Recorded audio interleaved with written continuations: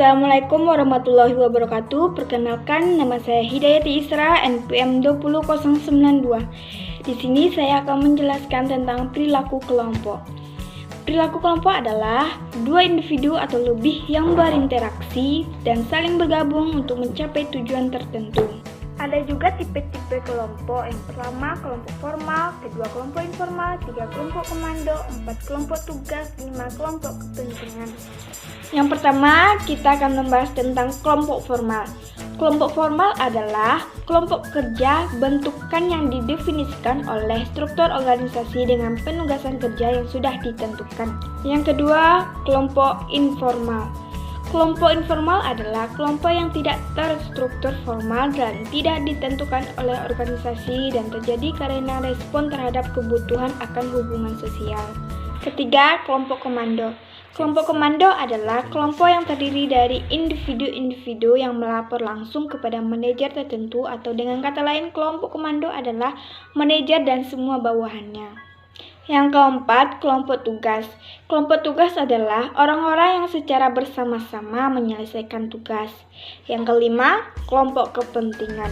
Kelompok kepentingan adalah orang-orang yang bekerja sama untuk mencapai tujuan khusus dan yang menjadi perhatian masing-masing orang.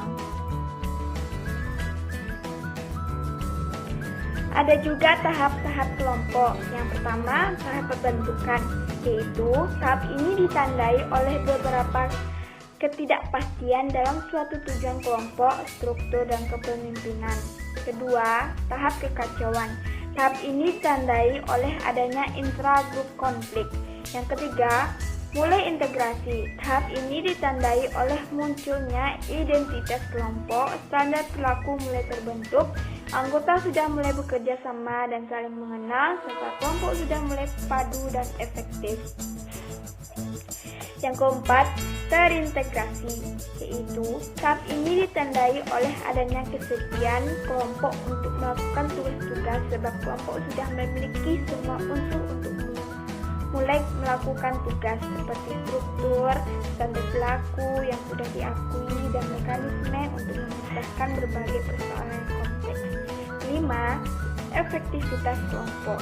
Adanya pandangan bahwa pada kenyataan individu saling bekerja sama dalam kelompok. Dan kinerja kelompok. Kinerja kelompok yaitu menggambarkan seberapa jauh seseorang telah melaksanakan tugas pokoknya sehingga dapat memberikan hasil yang telah ditetapkan oleh kelompok atau instansi. Ada juga faktor yang mempengaruhi aktivitas kelompok dan dinamika kelompok. Yang pertama, faktor anggota kelompok, yaitu potensi anggota, misalnya pengetahuan, keterampilan, kemampuan, dan kepribadian. Yang kedua, faktor dinamika. Faktor yang mempengaruhi proses kelompok tertentu berupa struktur kelompok, nama kelompok, kepemimpinan kelompok, ukuran kelompok, dan komposisi kelompok. Sekian dari penjelasan saya. Apabila ada kata-kata yang salah, mohon dimaafkan. Assalamualaikum warahmatullahi wabarakatuh.